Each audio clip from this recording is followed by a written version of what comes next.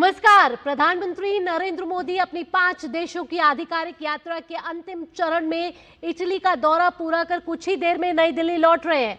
आप देख रहे हैं प्रधानमंत्री के 5 देशों की यात्रा से निकले महत्वपूर्ण नतीजों पर हमारी ये खास पेशकश। मैं हूं आपके साथ भावना नैयर। पीएम की ये 5 देशों की यात्रा की कहानी नहीं है, बल्कि वैश्विक मंच पर नए भारत के उभरते प्रभाव की तस्वीर है।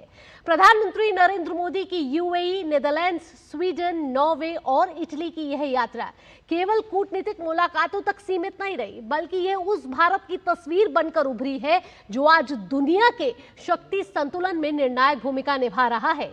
एक और यूरोप भारत को नई आर्थिक और रणनीतिक साझेदारी के केंद्र के रूप में देख रहा है, तो दूसरी ओर भारत ग्लोबल साउथ की आवाज बनकर विकासशील देशों की आकांक्षाओं को विश्व मंच तक पहुंचा रहा है। हर पड़ाव पर नए समझौते, ग्रीन एनर्जी से लेकर सेमीकंडक्टर तक साझेदारी, रक्षा, टेक्नोलॉजी, व्यापार और निवेश के नए आयाम और बदलती वैश्विक राजनीति के बीच भारत के बढ़ते प्रभाव की स्पष्ट झलक। स्वीडन और नॉर्वे के साथ ग्रीन ट्रांजिशन की साझेदारी हो, नीदरलैंड्स के साथ हाईटेक और सेमीकंडक्टर सहयोग हो, इटली के साथ रणनीतिक और आर्थिक संबंधों का विस्तार हो, या फिर यूएई के साथ भरोसे, व्यापार और भविष्य की साझेदारी हो, हर समझौता इस बात का संकेत देता है कि अब भारत केवल सहभागी नहीं, बल्कि वैश्विक एजेंडे तय करने वाला देश बनकर उभरा है। आज का भारत सिर्फ बाजार नहीं, बल्कि भरोसेमंद भागीदार, विकास का इंजन और विश्व व्यवस्था में स्थिरता का स्तंभ बनकर उभर रहा है। तो आइए देखते हैं प्रधानमंत्री नरेंद्र मोदी की 5 देशों की इस अहम यात्रा की पूरी कहानी, जहां कूटनीति में विश्वास है, साझेदारी में भविष्य है और हर संवाद में दिखता है वैश्विक मंच पर नया भारत।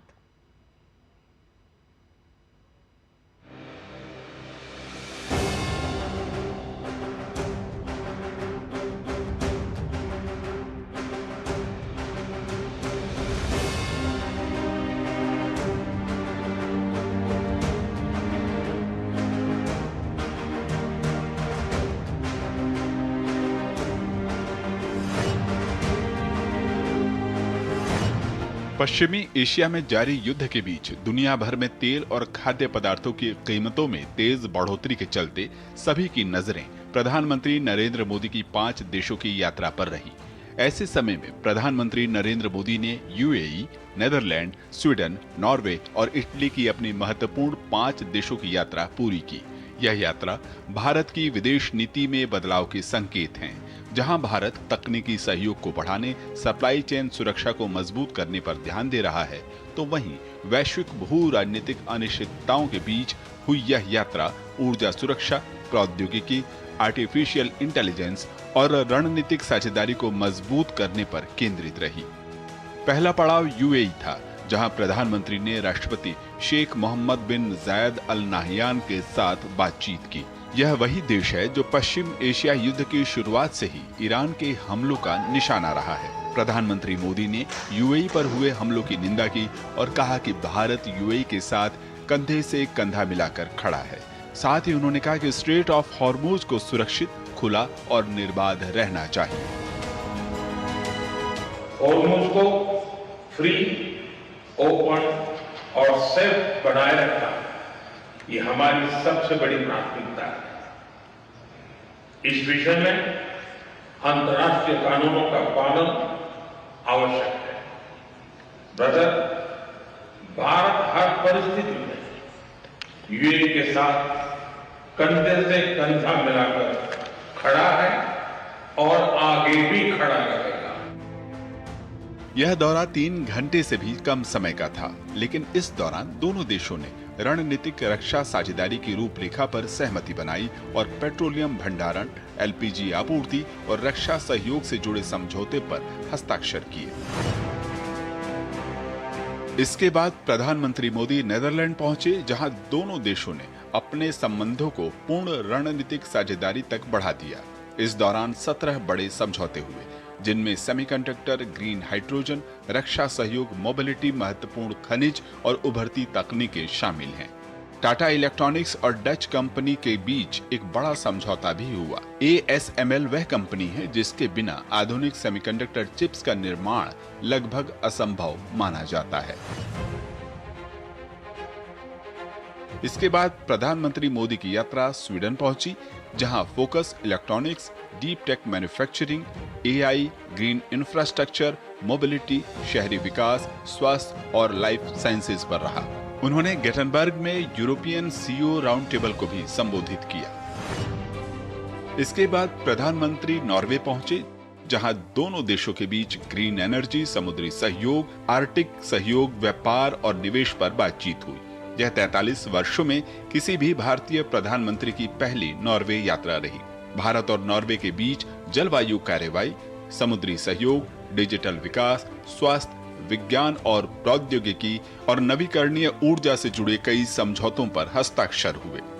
भारत और यूरोपियन फ्री ट्रेड एसोसिएशन के एक ऐतिहासिक trade and economic partnership agreement लागू किया।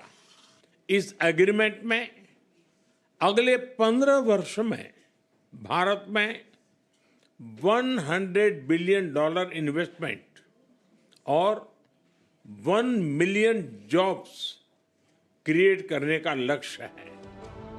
नॉर्डिक देश हरित तकनीक, टिकाऊ शहरी विकास, नवाचार और स्वच्छ ऊर्जा परिवर्तन में अग्रणी हैं।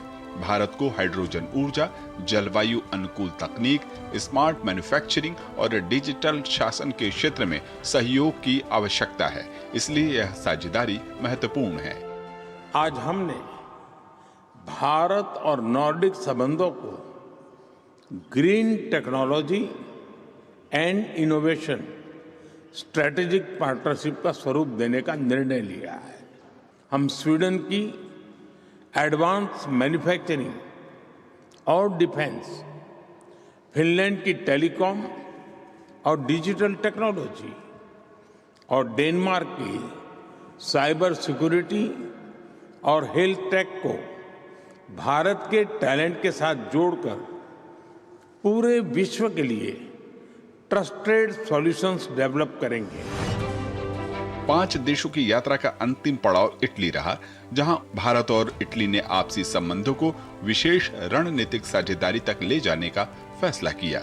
इसके अलावा रक्षा उद्योग सहयोग, समुद्री परिवहन, क्रिटिकल मिनरल समेत 15 समझौते किए गए। प्रधानमंत्री मोदी की 5 देशों की यात्रा ऊर्जा सुरक्षा और तकनीकी साझेदारी को मजबूत करने की दिशा में भारत की सक्रिय और रणनीतिक पहल को दर्शाती है। प्रधानमंत्री मोदी की 5 देशों की यात्रा भू राजनीतिक संतुलन की दिशा में एक अहम कदम है, जहां भारत कई नए साझेदार बनाकर अमेरिका और चीन पर निर्भरता कम करने की कोशिश कर रहा है।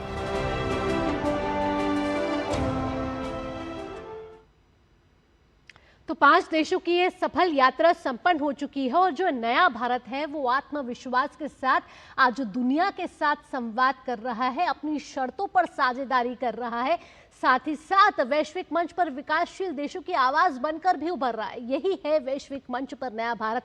आइए ग्राफिक्स के जरिए आपको बताते हैं कि भारत की जो वैश्विक रणनीतिक छलांग है किस तौर पर ये 5 देशों की सफल यात्रा के बाद सामने आई है। आपको बताएं, ये देखिए, आप देख रहे हैं कि भारत के 5 देशों से ये 57 से ज्यादा अहम डील हुई है, जिसमें यूएई और 4 यूरोपीय देश की यात्रा प्रधानमंत्री नरेंद्र मोदी की संपन्न हो चुकी है।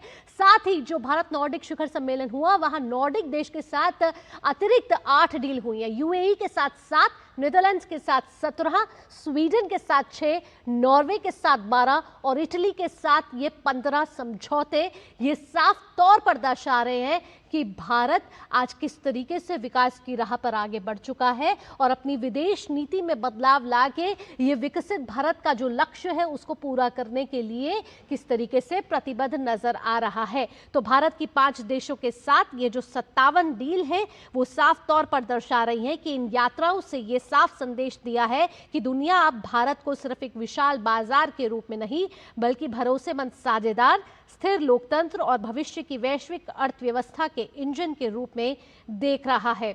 ऊर्जा सुरक्षा से लेकर जिस तरीके से ग्रीन टेक्नोलॉजी तक हो, रणनीतिक साझेदारी बढ़ाने की बात हो या फिर सॉफ्ट डिप्लोमेसी भी यहां देखने को मिली। कई मायनों में ये 5 देशों की यात्रा बेहद ही अहम और महत्वपूर्ण रही है। इस विशेष पेशकश में हमारे साथ 2 मेहमान जुड़ चुके हैं। पूर्व वरिष्ठ राजनयिक है राजदूत अनिल कुमार त्रिगुणायत, साथ ही प्रोफेसर संजय भारद्वाज है, school of international studies JNU से। आप दोनों का बहुत बहुत स्वागत है। सबसे पहले मैं प्रोफेसर संजय भारद्वाज आपके पास आना चाहूंगी। जिस तरीके से हमने देखा कि ये 5 देशों की यात्रा अपने आप में प्रधानमंत्री के लिए बहुत ही खास रही, भारत के लिए बेहद ही अहम रही।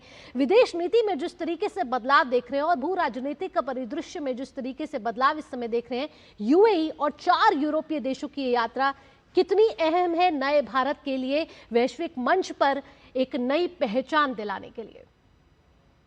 जी धन्यवाद। पहली बात, आपने मुझे बुलाया और देखिए ये बहुत महत्वपूर्ण समय में एक बहुत महत्वपूर्ण यात्रा है।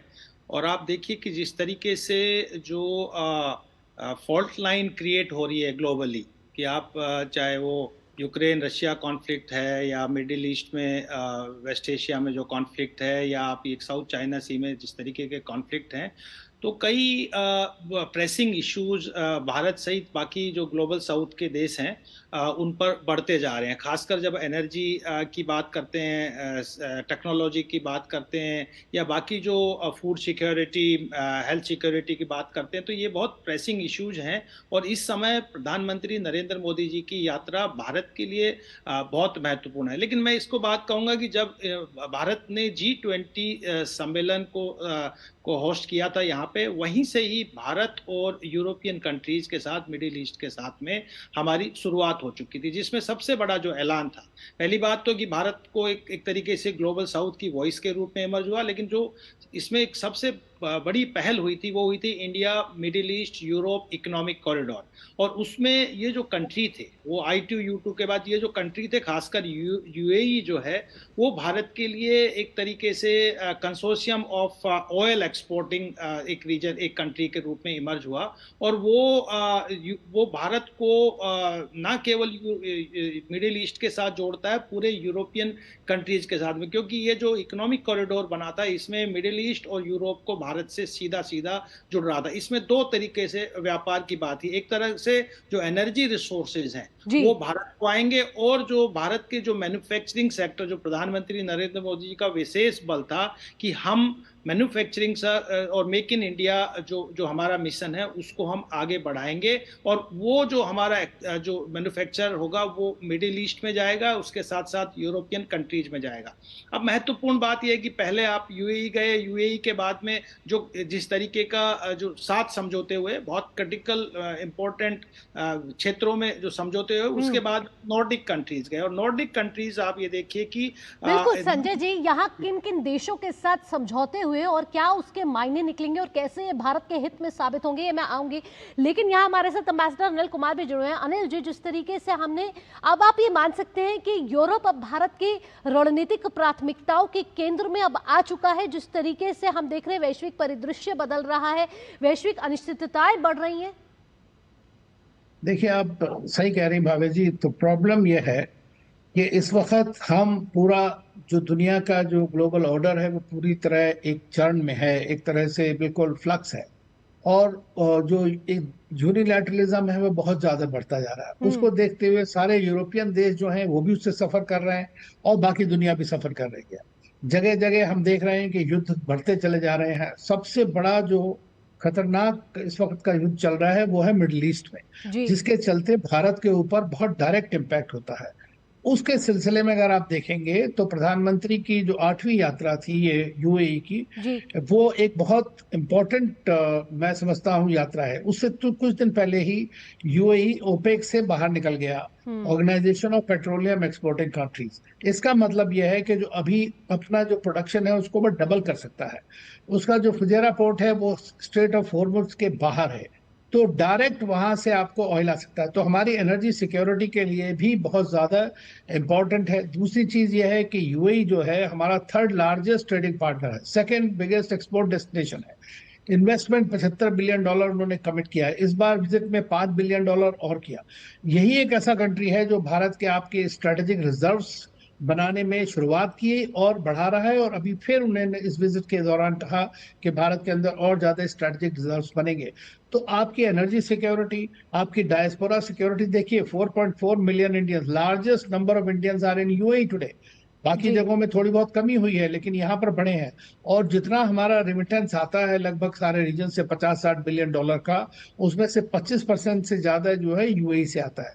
और वो उससे थोड़े दिन पहले ही वहाँ के जो राष्ट्रपति हैं वो यहाँ पर आए थे, आपने देखा, वो भी कुछ घंटे की विजिट थी। तो प्रधानमंत्री मोदी की ये थोड़े दिन की विजिट जो है, थोड़े घंटे की विजिट जो थी, इसमें काफी अचीवमेंट्स हुए हैं और एक दूसरे को एक एश्योरेंस है कि जिस तरह की स्टेबिलिटी की कमी है सारे रीजन के अंदर में, उसमें भारत जो है प्रिंसिपल्ड स्टैंड लेकर के अपनी dialogue, diplomacy, de escalation, de hyphenation की पॉलिसी के साथ आगे बढ़ रहा है। लेकिन वो यूएई हमारा एक स्पेशल स्ट्रेटेजिक पार्टनर है और उसके साथ हम खड़े हुए हैं। तो ये एक बड़ी इंपॉर्टेंट चीज है, डिफेंस, सिक्योरिटी, हर चीज के मामले में आप देखें एग्रीमेंट साइन हुए हैं। उसके अलावा जहां तक रही बात नेदरलैंड्स की, तो आपने देखा पिछले कुछ सालों में नीदरलैंड्स के साथ हमारे रिश्ते काफी आगे बढ़े हैं।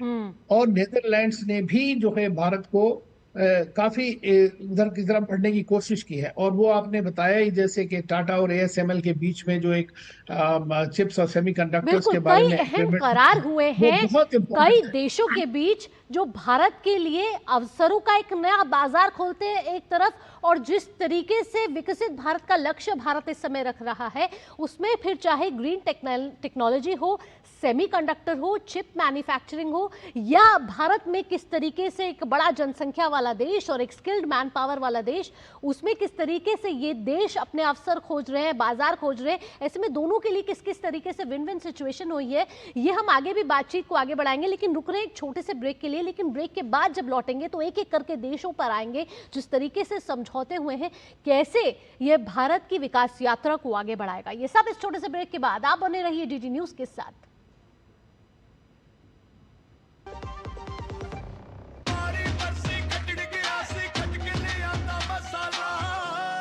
केड़ा मसाला ओए? छोलिए दा या लोबिए दा? पंजाबी छोले दा या पिंडी चने दा? अब छोलिया हो या लोबिया, पंजाबी छोले या पिंडी चने, सब कुछ मजेदार बने। मास्टर जी नमस्ते, 2 ड्रेसेस बनानी है, ठीक है? ऐसा कुछ। लेकिन मास्टर जी 4 दिन में पार्टी है, बन जाएगी ना पक्का? हो जाएगा। कैसे? फैशन चेंजेस हमेशा, उषा हमेशा। मेरी पसंद, मेरी पसंद, मेरी पसंद, मेरी पसंद,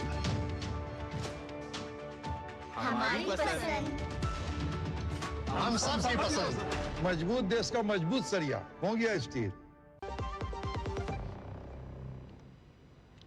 ब्रेक के बाद आपका स्वागत है और आप देख रहे हैं हमारी खास पेशकश। प्रधानमंत्री नरेंद्र मोदी की 5 देशों की यात्रा संपन्न हो चुकी है। कुछ ही देर में प्रधानमंत्री भारत की सरजमी पर लौट आएंगे, स्वदेश लौट आएंगे, और वैश्विक मंच पर किस तरीके से नया भारत उभरा है, इन 5 देशों की यात्रा पर हमारे साथ विशेष खास मेहमान चर्चा के साथ जुड़े हुए हैं। एम्बेसडर अनिल कुमार हैं और प्रोफेसर संजय हैं। एम्बेसडर, आप बात कर रहे थे जिस तरीके से हमारे यूएई के साथ जो संबंध है वो ऊर्जा भरोसा जो बढ़ा है। ग्राफिक्स के जरिए सबसे पहले आपको दिखाते हैं कि किस तरीके से यूएई की जो यात्रा रही, पहला पड़ाव जो प्रधानमंत्री नरेंद्र मोदी का रहा विदेश यात्रा का, वो यूएई के साथ रहा। तो यूएई के साथ जो ये कूटनीति देखने को मिली वो बेहद ही अहम देखने को मिली, क्योंकि संयुक्त अरब अमीरात के साथ भारत का जो सबसे भरोसेमंद ये ऊर्जा साझेदारों में से बनकर उभरा है। ऊर्जा सुरक्षा से लेकर टेक साझेदारी यहाँ देखने को मिली, क्योंकि भारत अपने जो कच्चे तेल की जरूरतों का बड़ा हिस्सा आयात करता है, जिसमें यूएई एक बड़ी भूमिका निभाता है। खाड़ी ऊर्जा का प्रमुख स्रोत है और एडीएनओसी यानी कि Abu Dhabi national oil company और भारतीय कंपनियों के बीच जो रणनीतिक साझेदारी है वो लगातार मजबूत हुई है। निवेश और हाईटेक का विस्तार हुआ है, क्योंकि भारत और यूएई केवल अब सिर्फ ऊर्जा या फिर तेल व्यापार के साझेदार नहीं है। ऊर्जा भंडारण हो, एलएनजी सप्लाई हो, पेट्रोकेमिकल्स हो और नवीकरणीय ऊर्जा हो, इनका भी सहयोग बढ़ रहा है। तो एलपीजी एलएनजी सहयोग से ऊर्जा स्थिरता यहां आ रही है और दोनों देशों ने ऊर्जा आपूर्ति को स्थिर, सुरक्षित और दीर्घकालिक बनाने पर जोर दिया। इसके साथ साथ जो और सेक्टर्स है जिन पर बातचीत हुई है और आगे बढ़ा है वो है एआई और सुपर कंप्यूटिंग साझेदारी में भी यहां भारत और यूएई के बीच साझेदारी देखने को मिली है। और वैश्विक संकट और पश्चिम एशिया में जिस तरीके से तनाव बढ़ रहा है, तो यूएई भारत के लिए एक विश्वसनीय ऊर्जा आपूर्ति साझेदार बना हुआ है और भारत की जो विश्वसनीय साझेदार छवि है वो साफ तौर पर दिख रही है। ऐसे में अगर अगर गल्फ कंट्रीज की बात की जाए तो सबसे अहम साझेदार इसमें से अगर कोई है तो वो यूएई निकल कर आया है। तो हमारे साथ एम्बेसडर बने हुए, एम्बेसडर के पास चलेंगे। एम्बेसडर, यहाँ हम आपसे पूछ रहे थे कि जिस तरीके से आप बता रहे थे ब्रेक से जाने के से पहले भी कि किस तरीके से ऊर्जा सुरक्षा के लिहाज में यूएई एक महत्वपूर्ण साझेदार है, और सिर्फ तेल व्यापार नहीं, यहाँ ऊर्जा भंडारण की बात हो रही है, यहाँ एलएनजी सप्लाई की बात हो रही है, और जिस तरीके से पश्चिम एशिया संकट गहराता जा रहा है, ऐसे में यूएई के साथ ये संबंध और मजबूत बनाना इस कड़ी में एक अहम भूमिका निभाते हैं। बिल्कुल। देखिए, हम अपना लगभग 80 से 85% जो है क्रूड ऑयल पे डिपेंडेंट करते हैं इंपोर्ट के ऊपर। 90% से ज्यादा हमें गैस बाहर से लेनी पड़ती है। तो हमारी मेजर डिपेंडेंसी जो है वो इसी एनर्जी रिसोर्स के ऊपर है, जिसपे हमारी सारी जो भी प्रगति कहिए या जो भी हमारा विस्तार होगा उसके ऊपर में हो सकता है। तो इसलिए हमने देखा कि ये स्ट्रेट ऑफ हॉर्मुज के बंद होने से और डिसरप्शन की वजह से कितना नुकसान है। तो ऐसे में भारत ने इमीडिएटली डाइवर्सिफाई किया, दूसरे देशों के साथ में इंपोर्ट करना शुरू किया, इंक्लूडिंग अमेरिका के साथ, अर्जेंटीना के साथ, ब्राजील के साथ में, अफ्रीकन कंट्रीज के साथ में। लेकिन सबसे नजदीक जो देश है हमारे और जो सप्लायर्स हैं वो है ये मिडिल ईस्ट के देश, खासतौर से गल्फ कंट्री, खाड़ी के देश। और उस खाड़ी के देश में जो हमारा सबसे विश्वसनीय मित्र है वो है अब तक यूएई, मैं समझता हूँ। और यूएई इस बात को अच्छी तरह समझता भी है। और हमारे लिए देखिए, इस वक्त तो खैर चलिए क्राइसिस सिचुएशन है, लेकिन नॉर्मली भी आप देखें तो प्रधानमंत्री मोदी सब जगह गए, लेकिन ये 8वीं यात्रा थी उनकी। और जो वहाँ के प्रेसिडेंट हैं उनकी 5वीं यात्रा है, जो एक अनयूजुअल सी चीज है। आप समझ सकते हैं इस बात को कि ये ऐसा जनरली होता नहीं है कि 10 साल के अंदर 8 यात्राएं हो जाए।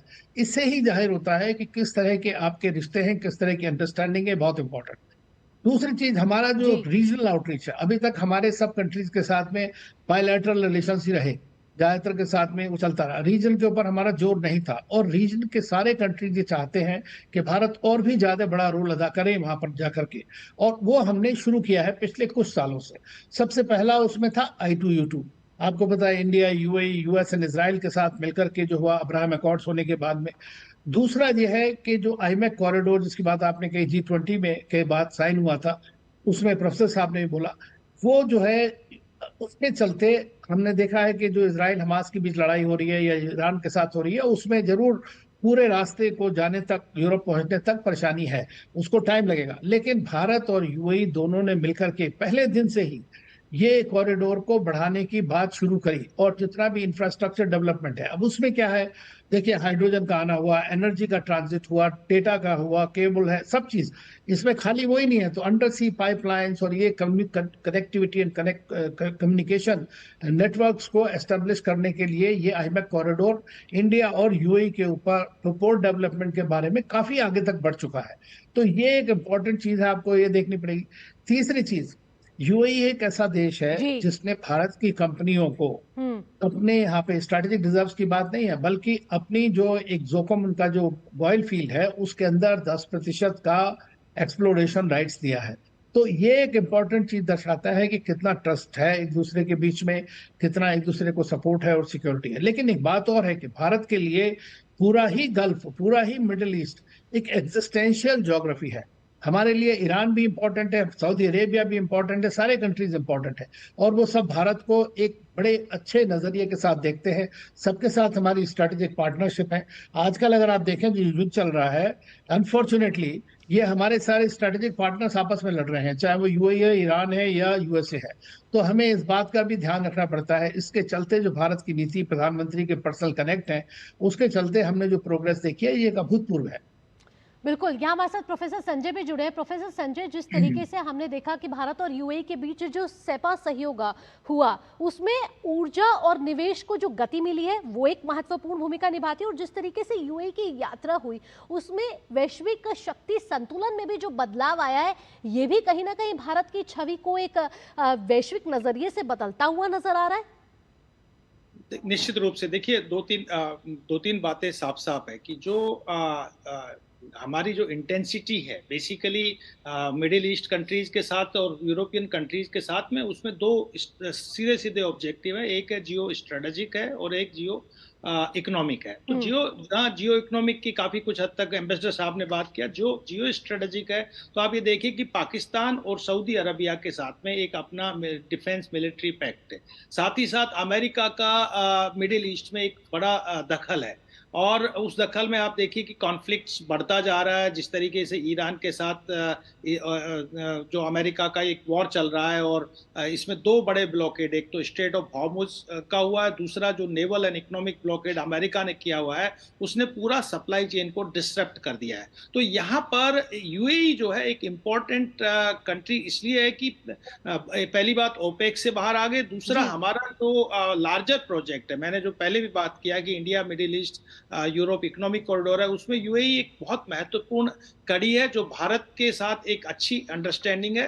तो निश्चित रूप से भारत और यूएई का नजदीक आना, ये जो इमर्जिंग एक एक्सेस हो रहा है सऊदी अरबिया और पाकिस्तान का, इसको बैलेंस करता है। तो दूसरा पक्ष जो बहुत महत्वपूर्ण है कि हमारा cultural connect, deep cultural connect है। आप पूरा का पूरा जो इस्लामिक वर्ल्ड है उसका भारत के साथ जो इंडो इस्लामिक कल्चर है, हमको Europe middle eastern gulf countries के नज़दीक लाता है। तो एक आइडियोलॉजिकल सपोर्ट भी भारत को पूरा यूएई की तरफ से मिलता है। जो तीसरी महत्वपूर्ण बात है वो उसमें डायस्पोरा कम्युनिटी, क्योंकि हमारा जो भारत का एक सबसे बड़ा पक्ष जो है वो है कैपेसिटी बिल्डअप, और उसमें जो स्किल्ड और सेमी स्किल्ड जो स्किल फोर्स को हम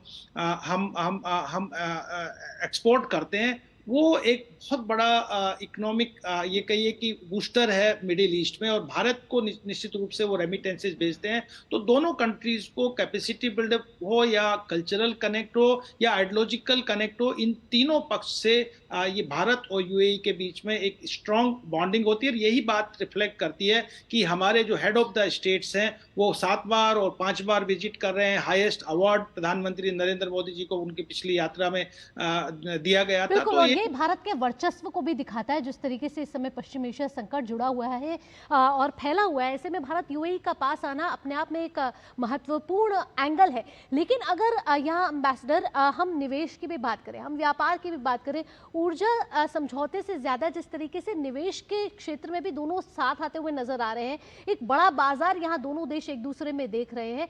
75 डॉलर जो है वो उसका निवेश पहले से ही चल रहा है, और उसके बाद अब $100 बिलियन तक का निवेश आगे बढ़ाने की यहाँ बात हो रही है। ऐसे में किस तरीके से देखें, दोनों देशों में व्यापार के नजरिए से दोनों देशों में जो नजदीकी आती हुई दिख रही है? देखिए, एक बात हमें ध्यान रखनी चाहिए कि ये जो ऑयल रिच नेशंस हैं वो हमेशा उन मार्केट्स में इन्वेस्ट करते हैं जहां पर उनको रेट ऑफ रिटर्न अच्छा हो, सिक्योरिटी हो इन्वेस्टमेंट की। और चूंकि भारत के लिए जितने भी चारों देश हैं, बेसिकली मेजर इन्वेस्टर्स जो हैं वो हैं UAE, Saudi Arabia, Qatar and Kuwait to some extent. तो ये जो देश हैं ये भारत में जान देख करके कि वहां पर कितनी इन्वेस्टमेंट पोटेंशियल है वहां इन्वेस्ट करते हैं।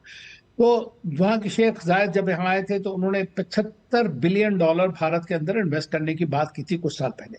उसके बाद आईमैक कॉरिडोर के अंदर में, I2U2 के अंदर में जो था, एक इन्वेस्टमेंट की बात हुई कि एक एनर्जी कॉरिडोर बनाया जाए, एक फूड कॉरिडोर बनाया जाए, क्योंकि उन कंट्रीज की फूड सिक्योरिटी की भी समस्या है, तो उसको भी वो बनाना चाहते हैं। तो कॉम्प्लीमेंटरिटीज दोनों के बीच में है और दोनों उसका फायदा उठाते हैं। अब जैसे हमें एनर्जी की जरूरत है तो स्ट्रेटेजिक रिजर्व बनाए, रिफाइनरीज में इन्वेस्टमेंट हो रहा है। तो मैं ये समझता हूँ कि मार्केट्स में, रियल एस्टेट में कितनी कंपनीज है वहां की। लेकिन एक चीज हमें नहीं भूलनी चाहिए कि अगर उनका इन्वेस्टमेंट यहाँ पर है तो आप ये ना सोचें कि भारत का इन्वेस्टमेंट वहां पर कम है।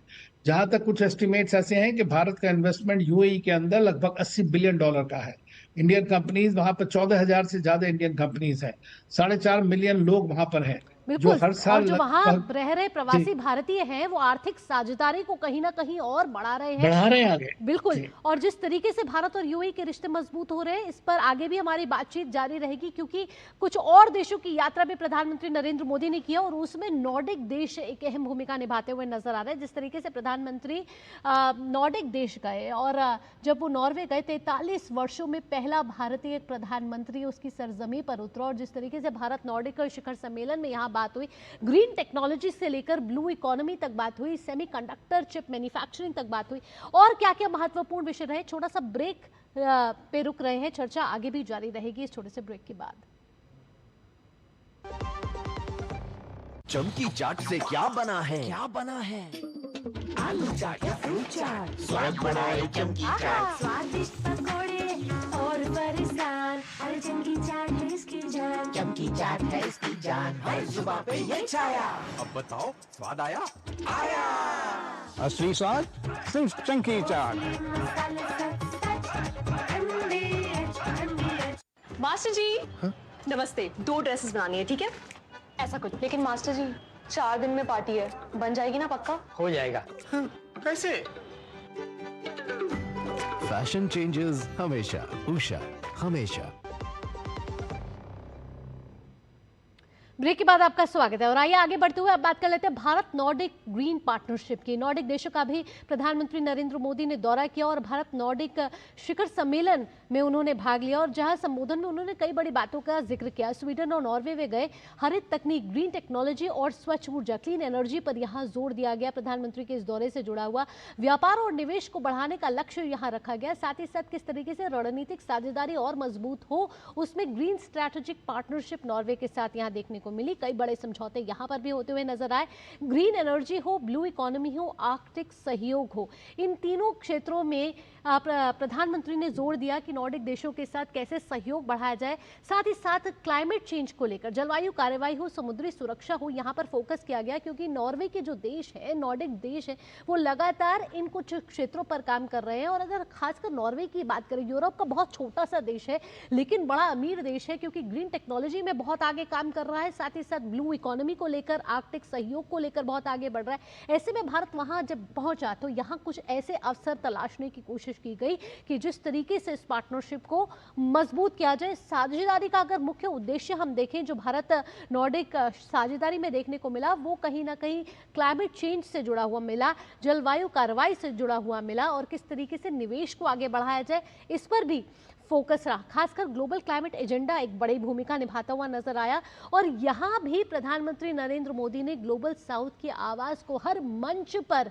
मुखर किया। और यही भारत की कहीं ना कहीं एक खूबी है कि जब भी वो जो भी देश गए, लेकिन ग्लोबल साउथ विकासशील जैसे विकासशील देशों की आवाज़ उन्होंने एक बार मुखर की। या और नीदरलैंड संघ जो टेक साझेदारी यहाँ देखने को मिली, वो सबसे इंपॉर्टेंट सहयोग था टाटा ASML के बीच और सेमीकंडक्टर साझेदारी को। प्रधानमंत्री नरेंद्र मोदी हर मंच पर कहते आ रहे हैं कि किस तरीके से भारत को एक सेमीकंडक्टर हब बनाना है और ऐसे में दूसरे देशों के साथ ये साझेदारी भारत के सेमीकंडक्टर हब के सपने को और मजबूत करती हुई नजर आएगी। ASML जो चिप तकनीक का एक वैश्विक लीडर है, उसके साथ जो सहयोग हुआ है वो अपने आप में सहयोग जिस पर सभी की निगाहें यहाँ टिकी हुई थी कि क्या ये सहयोग होगा, क्या ये पार्टनरशिप आगे बढ़ेगी, तो ये बढ़ी। ग्रीन हाइड्रोजन रोड मैप तेज हुआ। क्रिटिकल मिनरल सप्लाई सहयोग को भी यहाँ मजबूती मिली क्योंकि कई ऐसे देश हैं जो अपना दबदबा बनाए बैठे हैं क्रिटिकल मिनरल्स को लेकर, तो यहाँ भारत अपने हित के लिए क्रिटिकल मिनरल्स पर भी बात करने पहुंचा।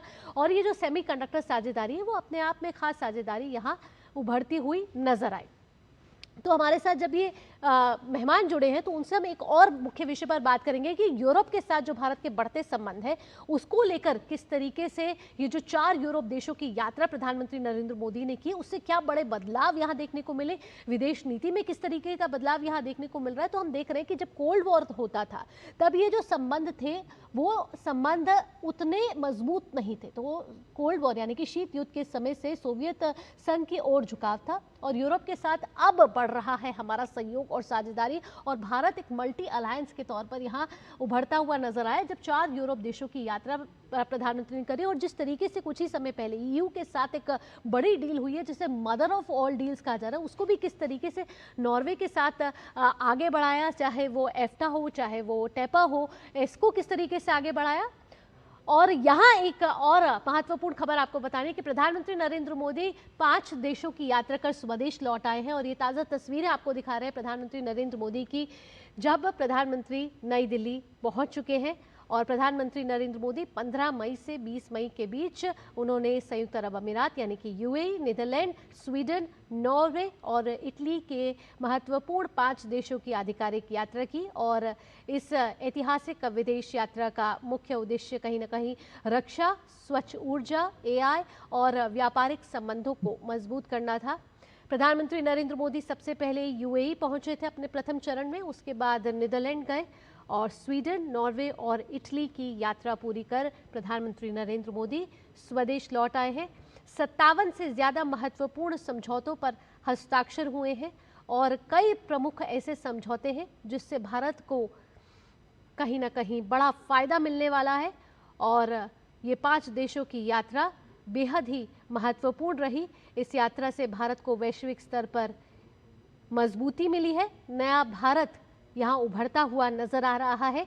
यूएई और 4 यूरोपीय देशों की यात्रा प्रधानमंत्री सफलतापूर्वक पूरी कर स्वदेश लौट आए हैं और ये यात्रा संयुक्त अरब अमीरात, नीदरलैंड, स्वीडन, नॉर्वे और इटली की थी, जहां रणनीतिक और कूटनीतिक संबंधों को एक गति मिली है, एक ऊर्जा मिली है और यहाँ रिश्ते और मजबूत हुए हैं, दोस्ती को मजबूती मिली है।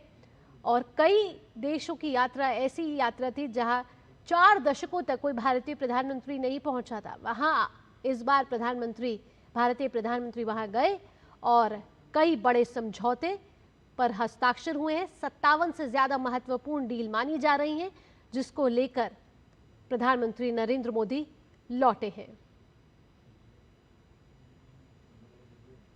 तो इस समय हमारे साथ 2 विशेष मेहमान जुड़े हुए हैं। हमारे साथ एम्बेसडर अनिल कुमार त्रिगुणायत भी हैं, आइए उनके पास चलेंगे। अनिल जी, जिस तरीके से प्रधानमंत्री नरेंद्र मोदी स्वदेश लौट आए हैं और हम बात कर रहे थे भारत नॉर्डिक देशों की, और भारत नॉर्डिक देशों की बात करें तो हाँ, जैसा कि मैंने कहा 43 वर्षों बाद कोई भारतीय प्रधानमंत्री वहाँ गया और यूरोप के बेहद ही छोटे देश लेकिन बेहद ही अमीर देश, ग्रीन टेक्नोलॉजी से लेकर ब्लू इकोनॉमी तक यहाँ बात हुई है। जी हाँ, बिल्कुल सही कह रही हैं। ये थोड़ा नेग्लेक्टेड रहे देश, लेकिन अगर आप ये देखें तो विश्व पटल पे इन सब देशों का काफी बोलबाला है। कई सारे यूएन के सेक्रेटरी जनरल भी यहाँ से हुए और नॉर्वे जो है वो जनरली मीडिएशन एफर्ट्स के बारे में, जब बड़े बड़े कॉन्फ्लिक्ट्स के बारे में जाना जाता है। और नॉर्वे की जो सबसे बड़ी खासियत मैं समझता हूँ, मैंने उस एरिया में काम किया हुआ है स्वीडन में, कि इन देशों के अंदर जो R&D है, जो टेक्नोलॉजी डेवलपमेंट है, जो मल्टीनेशनल कॉरपोरेशंस हैं, जो इंडस्ट्री और एकेडमिया के बीच की जो रिलेशनशिप है, वो मैं समझता हूँ दुनिया में कहीं नहीं है जिस तरह की है। वहां पर R&D पे आप सोचें, उनका खर्चा सबसे ज्यादा हाईएस्ट पर कैपिटा GDP का है उनकी, तो इसीलिए वो लोग R&D में और हर चीज में आ गए। इसीलिए क्लीन टेक्नोलॉजीज के अंदर में, डिफेंस टेक्नोलॉजीज के अंदर में उन्होंने अमेजिंग काम किया हुआ है। न्यू मटेरियल्स की जरूरत है आजकल, उसके बारे में वहां पे सबसे बड़ा पेंशन फंड अगर है तो उनके पास है। जी हाँ, वो पेंशन फंड की आप ये सोचें कि नॉर्वे जो है कि ऑयल रिच कंट्री भी है, लेकिन यही एक देश है जिसने अपना सॉवरेन वेल्थ से फ्यूचर जनरेशंस के लिए रखा है, फ्यूचर जनरेशंस के लिए, ना कि उसको सारे पैसे को आज यूज करें। तो बड़ा ठीक तरह से काम करती है, नहीं है कि फ्लैग्रेंटली घूमेंगे वहां पे या उसको वेस्ट करेंगे पैसे को। और जो पेंशन फंड की बात की, उसने इंडिया के अंदर भी बिलियंस ऑफ डॉलर्स इन्वेस्ट किया है यहाँ पर। और इस बार भी जो है, जो एक प्रधानमंत्री ने बात की EFTA की, जो हमने साइन किया था 5 कंट्रीज के साथ में, जिसमें नॉर्वे एंड आइसलैंड शामिल है, उसने $100 बिलियन 5 साल के अंदर भारत के अंदर इन्वेस्टमेंट होगा। तो ये भी एक चीज है। दूसरी चीज, अभी ऐसे मैं स्पोक्समैन का स्टेटमेंट देख रहा था कि प्रधानमंत्री के जो 5 कंट्रीज के जो बिजनेसमैन के साथ बात हुई, उसमें लगभग $40 बिलियन के इन्वेस्टमेंट की बात हुई है यहाँ पर। तो ये एक बड़ी बात है। आपने ऑलरेडी बता दिया कि किस तरह की टेक्नोलॉजी की, या ग्रीन स्ट्रेटेजिक पार्टनरशिप या road map for further strategic partnership defence technology में, ग्रीन शिपिंग में, या जो भी एरिया की न्यू टेक्नोलॉजीज की बात करें हम, उस सब में ये कंट्रीज बहुत हमारे साथ साझेदारी कर सकते हैं। रिलेशंस हमारे इनके साथ पुराने हैं, लेकिन कई बार वो रिलेशंस जो है किसी ना किसी वजह से नीचे रह गए और प्रॉब्लम कुछ लेकिन बिल्कुल इस यात्रा से गति मिली है, दोस्ती को और बढ़ावा मिला है। प्रोफेसर संजय, यहाँ मैं आपके पास आना चाहूंगी। भारत नॉर्डिक शिखर सम्मेलन हुआ, तीसरा ये शिखर सम्मेलन था जहां प्रधानमंत्री नरेंद्र मोदी पहुंचे। कई बड़ी बातें निकलकर यहाँ आई। अगर हम देखें जिस तरीके से नॉर्डिक देशों के साथ यह संबंध बढ़ रहा है और भारत यहाँ अवसर तलाशने की कोशिश कर रहा है, खासकर प्रधानमंत्री नरेंद्र मोदी, अगर भारत की बात की जाए तो एआई समिट की मेजबानी भारत ने अभी की है। इस तरीके से सेमीकंडक्टर हब भी बनाने की प्रधानमंत्री नरेंद्र मोदी बात कर रहे हैं, लेकिन इसमें चिप मैन्युफैक्चरिंग एक बड़ा रोल प्ले करता है। ऐसे में इन देशों के पास जाना और इन देशों के साथ बातचीत करना और फिर इसको एक नई गति मिलना और उसका टेक्नोलॉजी ट्रांसफर यहाँ आना, भारत हमेशा चाह रहा है कि आत्मनिर्भर बने। ऐसे में ये जो यात्रा है भारत नॉर्डिक देशों की, वो कितनी अहम रही? देखिए, अगर आपने जिक्र किया कि कोल्ड वॉर के टाइम में हमारा झुकाव रशिया की तरफ रहा, लेकिन ये बात साफ साफ है कि हमारा जो डिफेंस से संबंधित जो झुकाव था वो निश्चित रूप से रशिया के साथ रहा। इकोनॉमिक और जो टेक्नोलॉजिकल कोऑपरेशन की बात थी वो हमारा वेस्ट के साथ में, यूरोपियन कंट्रीज के साथ में हमेशा से बरकरार रहा। लेकिन जब पोस्ट कोल्ड वॉर इरा में हमने थोड़ा झुकाव, जो हमारा वेस्ट की तरफ ट्रेड होता था, टेक्नोलॉजिकल कोऑपरेशन होता था, वो हमने ईस्ट की तरफ यानी कि साउथ ईस्ट एशियन कंट्रीज की तरफ झुकने का प्रयास किया। लेकिन ये बात मान के चलिए कि जो प्रेसिंग इश्यूज हैं, जो सबसे पहला आपने इशू कहा कि जो इस तरीके के कॉन्फ्लिक्ट चल रहे हैं दुनिया में और उससे एनर्जी सप्लाई रूट्स डिसरप्ट हो रहे हैं, तो उसमें एक भारत जो अपना जो विकसित भारत विजन 2047 के हिसाब से जो हम देख रहे हैं, तो हम बेसिकली एनर्जी ट्रांजिशन को प्रायोरिटाइज कर रहे हैं। और प्रधानमंत्री नरेंद्र मोदी जी का इस पे एम्फेसिस भी है कि जिस तरीके से इंटरनेशनल सोलर अलायंस को आगे बढ़ाया, ग्रीन और क्लीन टेक्नोलॉजी पे बल दे रहे हैं, तो उसमें जो सबसे महत्वपूर्ण पक्ष उभरता है कि हमको जो ग्रीन और clean energy corridor energy technology को ट्रांसफर करना चाहिए, ताकि जो फॉसिल फ्यूल है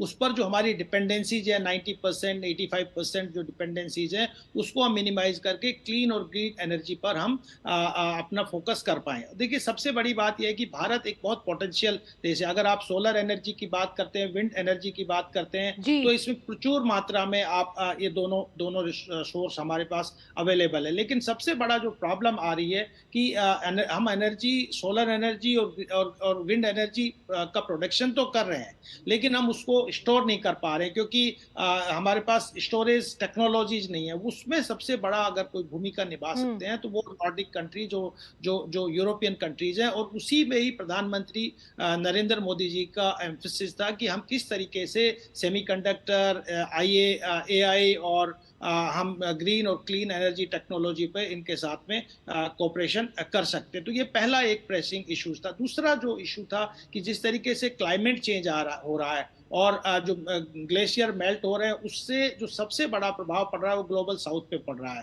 तो प्रधानमंत्री नरेंद्र मोदी जी इस पर भी बल दे रहे हैं कि भाई जो क्लाइमेट जस्टिस है उसको हम कैसे मीट करेंगे, कि जो नॉर्थ साउथ और नॉलेज डिवाइड है और डिजिटल डिवाइड है, इंफ्रास्ट्रक्चर डिवाइड है, उसमें हम ग्लोबल साउथ के कंट्रीज पे सबसे ज्यादा इम्पैक्ट पड़ रहा है। तो हम इस तरीके की जो आपदाएं हैं, जो प्रॉब्लम्स मर्ज हो रही है, उसमें हम टेक्नोलॉजिकल कोऑपरेशन, इकोनॉमिक कोऑपरेशन के साथ में कैसे बढ़ पाएंगे। तो इसमें जो नॉर्डिक कंट्रीज का की यात्रा हुई, उसमें नीदरलैंड, स्वीडन, नॉर्वे को आप मोटे तौर पे अगर आप देखेंगे तो लगभग हमने जो जिस क्षेत्रों पे जो एम्फेसिस किया वो technology, innovation, green clean energy, maritime security, space security, इन सब क्षेत्रों पर हमने बल दिया। और उसमें लगभग $100 बिलियन नॉर्डिक कंट्रीज का इन्वेस्टमेंट, जिससे हम लगभग 1 मिलियन जॉब्स को क्रिएट किया जाए। तो एक तरीके से हम कॉम्प्रिहेंसिव स्ट्रेटेजिक पार्टनरशिप की तरफ बढ़ रहे हैं, जिसमें साइंस टेक्नोलॉजी अपनी एक महत्वपूर्ण भूमिका निभाता है। एक और पक्ष जो उभर के आया कि कैसे हम कैपेसिटी बिल्डअप, क्योंकि हमारे पास में आप ये मान के चलिए कि भारत में जो स्किल्ड रिसोर्सेज हैं, खासकर डॉक्टर्स हैं, इंजीनियर्स हैं, आईटी स्पेशलिस्ट हैं, इनका हम किस तरीके से नॉर्डिक कंट्रीज में के साथ में कोऑपरेशन करके एक साझेदारी हम बढ़ा सकते हैं, ताकि जो हम टेक्नोलॉजी इंपोर्ट करेंगे, लेकिन साथ ही साथ जो हमारे एक्सपर्ट्स हैं, जो स्किल्ड लेबर फोर्सेज हैं, वो भी नॉर्डिक कंट्रीज मिलकर भारत एम्बेसडर अनिल, यहाँ मैं आपसे पूछना चाहूंगी, आर्कटिक नीति के तहत जिस तरीके से भारत आगे बढ़ा नॉर्डिक देशों के साथ, कैसे वैज्ञानिक और समुद्री सहयोग बढ़ाया जाए, क्योंकि भारत के पास भी एक बड़ी लंबी लाइन है, समुद्री लाइन है, जिसको लेकर भारत लगातार अपनी समुद्री सुरक्षा को मजबूत करना चाह रहे हैं, और नॉर्डिक देशों के पास भी वही कुछ है। तो समुद्री सहयोग यहाँ किस तरीके से नॉर्डिक देशों के साथ बढ़ता हुआ नजर आया यहाँ पे? देखिए, इंडिया एक मैरीटाइम नेशन है और ये कंट्रीज भी, खासतौर से नॉर्वे और फिनलैंड वगैरह, इन सब में भी काफी शिपिंग और ग्रीन शिपिंग, ये दो चीजें जो हैं इसमें इन लोगों का बहुत एडवांस वो है। तो शिप बिल्डिंग में काफी इंटरेस्टेड हैं ये कंट्रीज इंडिया के साथ कोलैबोरेट करने के लिए, और उसके बारे में कोलैबोरेशंस भी हुआ है। उनकी कंपनीज यहाँ पर बहुत सालों से भी हैं। आप सोचें कि स्वीडन की फर्स्ट कंपनी स्वीडिश मैच जो थी वो भारत में 1923 में आई थी जी। और उसके बाद जो स्वीडन का टेलीकॉम एरिक्सन एक कंपनी थी अभी है, जिसने भारत का 85% ऑफ फ्रेम, हमारा जितना टेलीकॉम का बेसिक स्ट्रक्चर है वो प्रोवाइड किया हुआ था। फिनलैंड का नोकिया के बारे में आप जानते हैं, बहुत सालों से यहाँ पर है। तो सारी कंपनीज जो है वो वहाँ की यहाँ पे काम करती हैं, लेकिन उनका इन्वेस्टमेंट जो है भारत के अंदर और भी ज्यादा बढ़ाना चाहिए। उसके लिए अब आज के डेट में न्यू अपॉर्चुनिटीज हैं, शिप बिल्डिंग से लेकर के और एआई और सब सेक्टर्स के अंदर में पॉसिबिलिटी है। लेकिन अब चूंकि गोइंग फॉरवर्ड आप देख रहे हैं कि क्लाइमेट चेंज एक बहुत बड़ा इम्पैक्ट करेगा। भले ही अमेरिका उससे बाहर निकल गया है, कुछ भी हो, लेकिन उसके बाद भी जो कॉन्शियस कंट्रीज हैं, जो समझते हैं कि कोई प्लेनेट बी की बात नहीं है, वो इस बार में लगे हुए हैं। उसमें वो कंट्रीज भी काफी कमिटेड हैं और भारत को एक अच्छा पार्टनर मानते हैं। इसलिए मैं समझता हूँ ग्रीन शिपिंग, व्हाइट शिपिंग, उन सब चीजों में भी वो देश हमारे साथ काफी काम कर सकते हैं, बोथ टेक्नोलॉजी और फाइनेंस के लेकर के साथ। Make in ambassador India. Anil और प्रोफेसर संजय, आप हमारे साथ जुड़े रहिए। यहाँ एक छोटा सा ब्रेक लेना है, लेकिन ब्रेक से पहले आइए आपको वो तस्वीरें दिखाते हैं प्रधानमंत्री नरेंद्र मोदी के वो 5 यात्राओं से जुड़ी हुई वो ऐतिहासिक तस्वीरें, जहां ये साफ तौर पर दिख रहा है कि ये यात्रा बेहद कूटनीतिक और रणनीतिक लिहाज से अहम रही। यूएई हो, स्वीडन हो, नॉर्वे हो, नीदरलैंड हो या इटली हो, ये 5 देशों की यात्रा कर प्रधानमंत्री नरेंद्र मोदी स्वदेश लौट आए हैं। लेकिन ये यात्रा आने वाले समय में बेहद महत्वपूर्ण रहेगी। 57 से ज्यादा यहां समझौते हुए हैं, फिर चाहे वो ग्रीन इकोनॉमी से लेकर जुड़ा हुआ हो, ग्रीन टेक्नोलॉजी से जुड़ा हुआ हो, ऊर्जा सुरक्षा से जुड़ा हुआ हो, एआई, सेमीकंडक्टर, या फिर जिस तरीके से अपने समुद्री सहयोग को बढ़ाना है, कैसे व्यापार और निवेश को मजबूत करना है, ये सभी ऐसे क्षेत्र हैं जो इस 5 देशों की यात्रा में अहम बिंदु निभाते हुए नजर आए। यहां रुक रहे एक और छोटे से ब्रेक के लिए, लेकिन जब ब्रेक के बाद लौटेंगे तो प्रधानमंत्री नरेंद्र मोदी ने यहां इंटरनेशनल इंस्टीट्यूशंस में सुधार की भी बात की है, और कैसे ये जो 5 देशों की यात्रा रही उसमें सॉफ्ट डिप्लोमेसी भी एक महत्वपूर्ण किरदार निभाती हुई नजर आई। ये सब इस छोटे से ब्रेक के बाद। जब धरती चीर कर निकलता है लोहे का पत्थर और मिलता है मोंगिया के जोश से, फिर तपता है, पिघलता है और बनता है फौलाद। अब होता है सरिया सारी खूबियों के साथ। मोंगिया स्टील, मजबूत देश का मजबूत सरिया। मास्टर जी नमस्ते, 2 ड्रेसेस बनानी है, ठीक है? ऐसा कुछ। लेकिन मास्टर जी 4 दिन में पार्टी है, बन जाएगी ना पक्का? हो जाएगा। कैसे? फैशन चेंजेस हमेशा, उषा हमेशा। ब्रेक के बाद आपका स्वागत है। आप देख रहे हैं हमारी एक खास पेशकश, जहां वैश्विक मंच पर नया भारत उभरा है। कैसे? क्योंकि प्रधानमंत्री नरेंद्र मोदी की ये 5 देशों की यात्रा बेहद ही खास और अहम रही, कई मायनों में, कई क्षेत्रों में। और यहाँ जो सबसे खास बात देखने को मिली वो रहा $40 अरब का निवेश, यानी व्यापार और निवेश में किस तरीके से देश साथ आते हुए नजर आए और कैसे निवेश की संभावनाओं को और बढ़ाया गया। ये 5 देशों की सफल यात्रा में देखने को मिला, क्योंकि कई वैश्विक कंपनियों के साथ प्रधानमंत्री नरेंद्र मोदी की प्रतिनिधिमंडल स्तर की वार्ता हुई। कई सीईओ से प्रधानमंत्री नरेंद्र मोदी मिले और अपने संबोधन में भी प्रधानमंत्री नरेंद्र मोदी ने कहा कि कैसे विश्व की अब बड़ी कंपनियां भारत में एक बड़ा बाजार देख रही हैं और निवेश करने के लिए कई कंपनियां पहले से ज्यादा उत्सुकता दिखा रही हैं। और ये साफ तौर पर ये जो नंबर्स है वो ये दर्शाते हैं। हमारे साथ अब 2 बेहद खास मेहमान लगातार जुड़े हुए हैं इस चर्चा में। यहाँ एम्बेसडर मैं आपके पास आना चाहूंगी। जिस तरीके से $40 अरब का निवेश और कई गोलमेज सम्मेलन भी हुए, कई गोलमेज बैठकें हुई सीईओ के साथ, क्या कुछ सेंटिमेंट यहाँ से निकलता हुआ नजर आया? देखिए, मैंने जैसे पहले भी कहा है कि ये देश जो हैं बहुत कीन है भारत के साथ में। वो नाव आज समझते हैं कि भारत एक दुनिया की बड़ी अपॉर्चुनिटी है और उस अपॉर्चुनिटी में वो हिस्सा लेना चाहते हैं। और वो ये भी देख रहे हैं कि भारत एक ऐसा देश है जो एक रेजिलियंट डेमोक्रेसी है, तो उनके जो वैल्यू सिस्टम्स हैं और हमारे वैल्यू सिस्टम्स हैं वो भी मैच करते हैं।